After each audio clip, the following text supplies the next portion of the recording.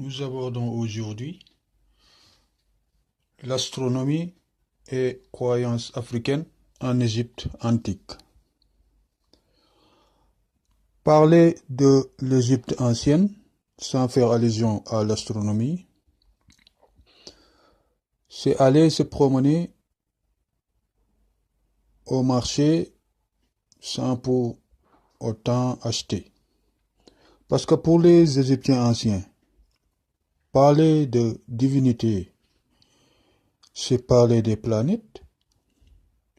Par exemple, parler de Isis veut dire parler de la Lune dans leurs entendements. Parler de Mercure, c'est parler de Thoth. De Osiris, c'est parler du cercle du temps ou du cadran solaire. Ainsi de suite. Comprendre cela peut aider à clarifier l'histoire des origines africaines de l'Égypte lorsque le Sahara était vert. Cette civilisation est née de la Maté, l'éveil de la conscience qui a pour origine l'eau. Cette grande inondation, Maha, un grand événement astronomique ayant causé la présence de beaucoup d'eau, inondation diluvienne. Cette situation est la source de la certitude. Ja, certitude, T, source, qui est associée à un instant précis où on sort de l'obscurité vers la lumière du jour. Yere, qui est une constante. Cet instant précis de l'omniprésence du soleil, l'éternel moment présent pour les Égyptiens anciens. Yere. Yere, c'est l'unité de mesure du temps et de l'espace en ancienne origine. Symbolisé par la balance, Khenche. Ce processus du réveil est le Hedju, considéré comme les 5 jours saints,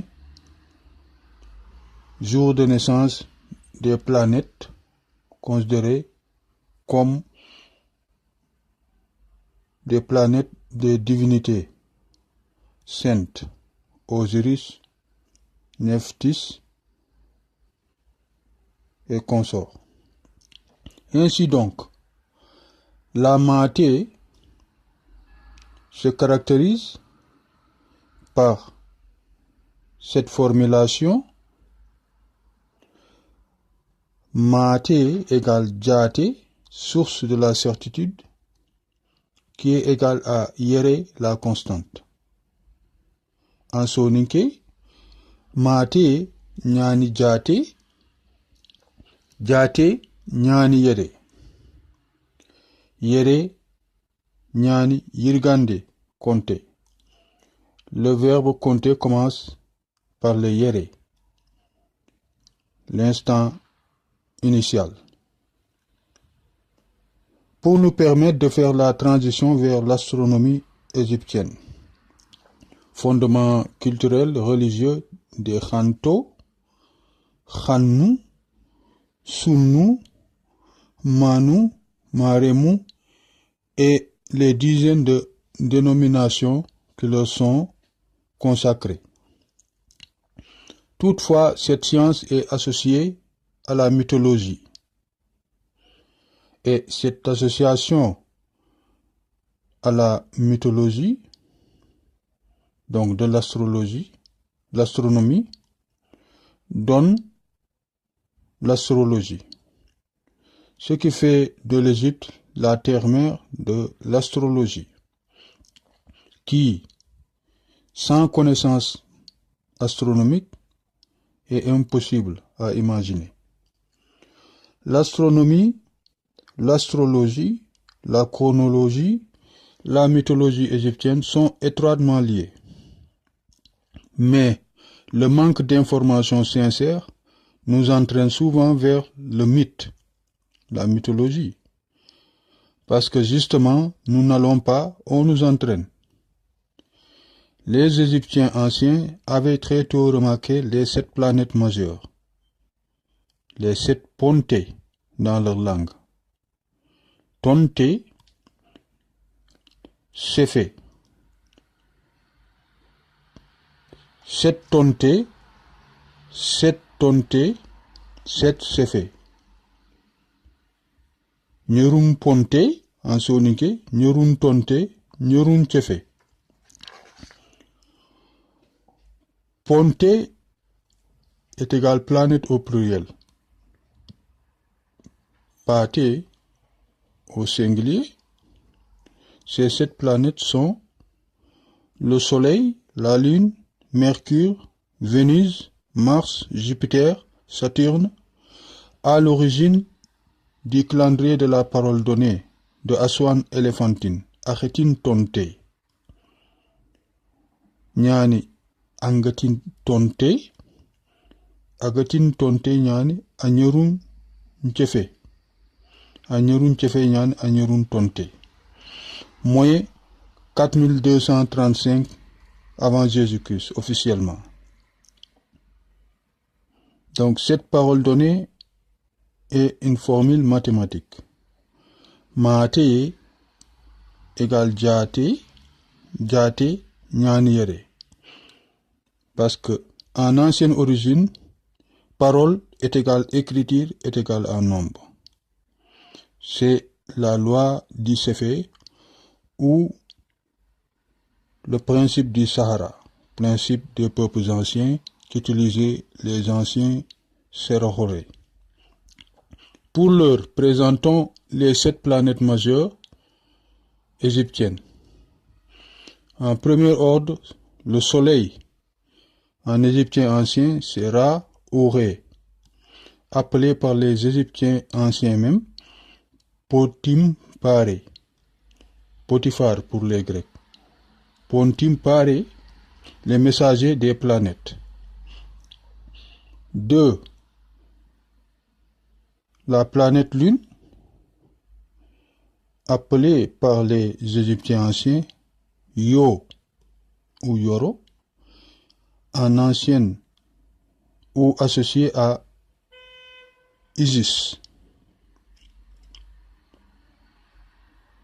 Yo, c'est l'accord.